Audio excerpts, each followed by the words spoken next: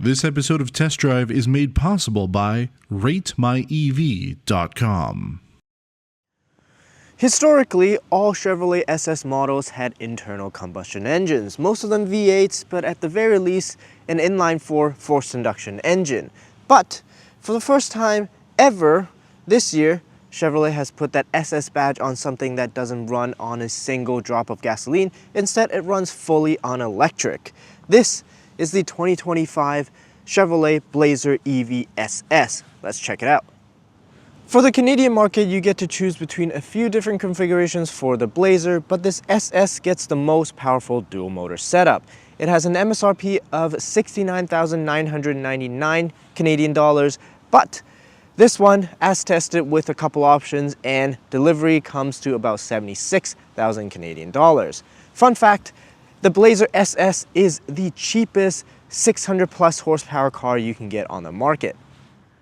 Up front, you get a very aggressive looking front fascia, LED light bar headlights, and also a light up emblem. The light bar also doubles as a battery indicator while you're charging, which I think is pretty neat.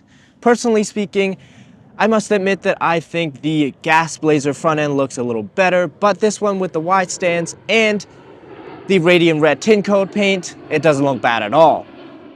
Over to the side, the Blazer SS comes standard with 22-inch rims and 6-piston Brembo front brakes. This tester also has the performance package installed, which means upgraded tires, upgraded rotors, and upgraded brake lines. As for suspension, both the front end and the rear end uses a coil multi-link setup. All of the Blazer SS comes standard with a black roof, and as you can see, the roofline is quite low, giving this a very sleek look. In terms of charge port, it is over here. At the moment, we're still working with a CCS combo unit, but eventually Chevrolet will be switching over to NACS. Underneath this Blazer is a 102 kilowatt hour battery pack, which is paired to a 19.2 kilowatt onboard charger. It also has support for DC fast charging of up to 190 kilowatts. This Blazer SS features a dual motor all-wheel drive setup, and it produces 515 horsepower and 450 pound-feet of torque in normal mode, and 615 horsepower and 650 pound-feet of torque in wide open watts mode.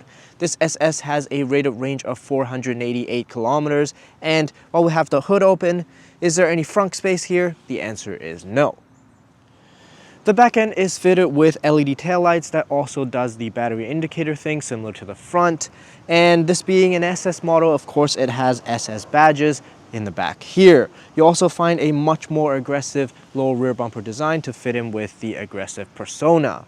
There is a comically small wiper here, which I think looks a little out of place. They should have tried to hide it underneath a spoiler or something just for aesthetic purposes.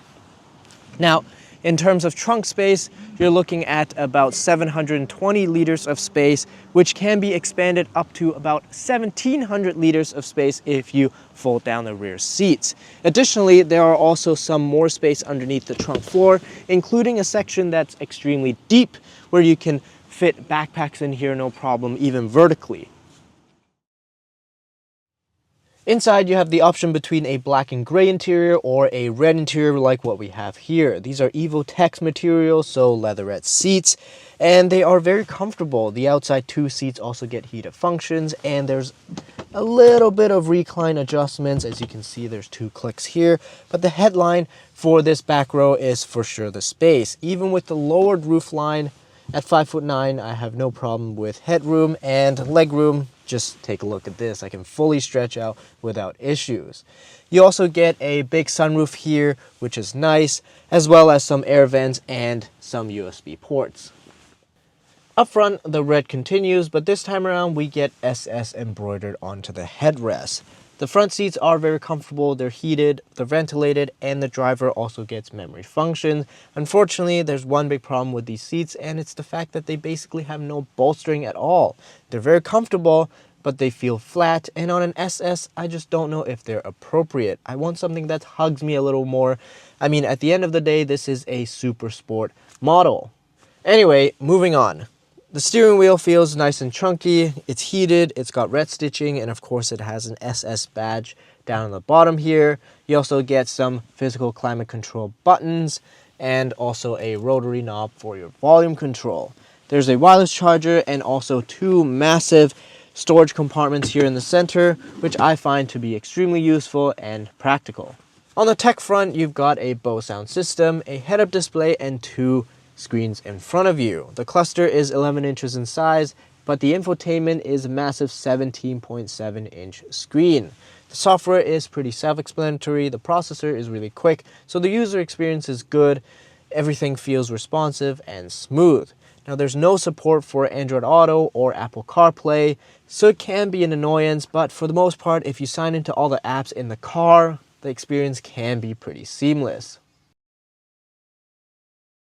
So, what does 615 horsepower and 650 pound-feet of torque feels like? Let's put this into wow mode and find out.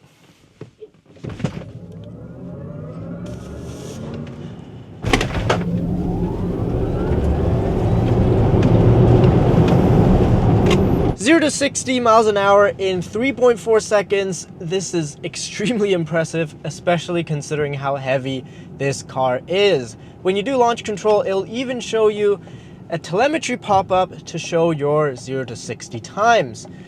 What's also very cool is that you can leave the car in wow mode, which gives you all 615 horsepower and 650 pound-feet of torque all the time. So none of that 30-second, 10-second overboost BS. You can just keep it on and have access to all that power all the time. Now, when it comes to handling, it's not bad, but without rear-wheel steer or any of those advanced anti-roll bar trickeries that we see in, for example, the GLC 63S, there's no hiding of the 2,600 kilo curb weight. This car definitely doesn't feel all that nimble.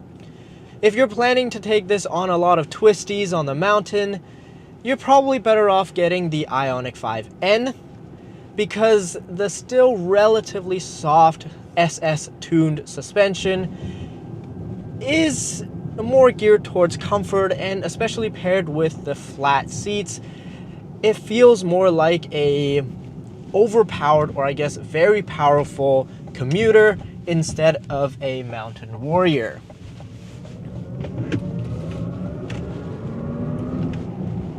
Now, yeah, it's very fast and it's very fun, but it is relatively softer, so it's more comfort oriented. Not that there's a problem, it's just the characteristics of this car, so something to note if you are considering one of these. There are a few problems that I have noticed about this car, however, and the first one is the lack of physical button to change drive modes.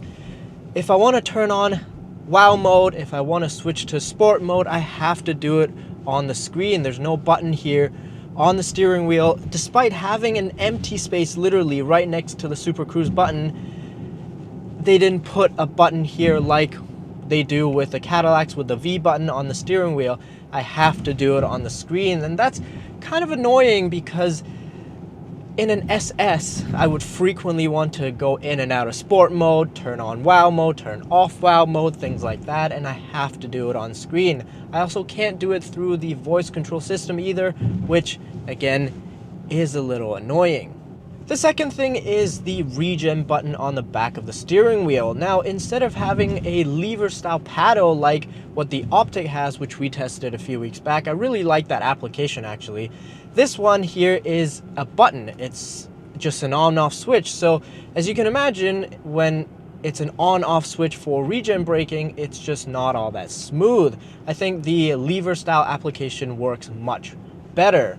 Which brings me to also the one-pedal drive. Now, the brakes, aside from being a little bit grabby in my opinion, they work great. They're very powerful. The 6-piston brakes slows this car down really quickly considering the weight of this car. But when I turn on one-pedal drive, it just feels abrupt and a little clunky. Now, even on the lowest setting, so normal level of regen braking, it feels like that. If I turn off one-pedal drive, it feels fine. There's no issues with the brake pedal feel. It feels relatively natural. So I just don't know. I think there's some calibration needed from Chevy's side, especially when paired to this 6-piston Brembo setup. Alright, before we continue, I'd like to talk to you about this video sponsor. ratemyev.com. If you're in the market for an electric vehicle and you want to get some long-term insights, you should check out ratemyev.com. It is a fantastic tool to learn about an electric vehicle from an owner's perspective, and if you're a current EV owner, I encourage you to leave a review of your EV experience on that platform. As far as efficiency goes, it's really not that bad considering the amount of power you get out of this Blazer SS. On the highway, I've been able to consistently manage about 22 to 23 kilowatt hour per 100 kilometers, and in the city, a little bit worse, probably because I'm always in wow mode. In the city, it's about 25 kilowatt hour per 100 kilometers. I think if you're a little bit more gentle or you stay out of wow mode, you should be able to get something a little better than what I've experienced. Now for context, it is now fall and the weather has been revolving around the 15 degrees Celsius mark, so really there's no need for heating and there's no need for cooling. So depending on your weather and your climate, your mileage may vary in terms of efficiency. When it comes to safety tech, similar to the Optic we tested a few weeks back, this Blazer also gets GM's latest safety suite. So things like emergency braking, blind spot warning, evasive steering, 360 cameras, things like that, it's all included.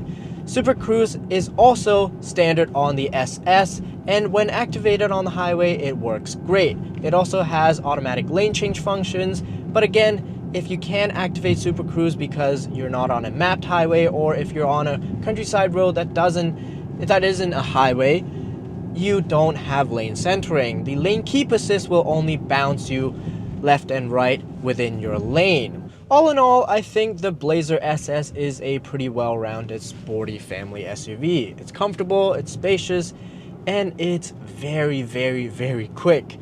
Now, do you need 615 horsepower? Probably not, but it sure is a lot of fun.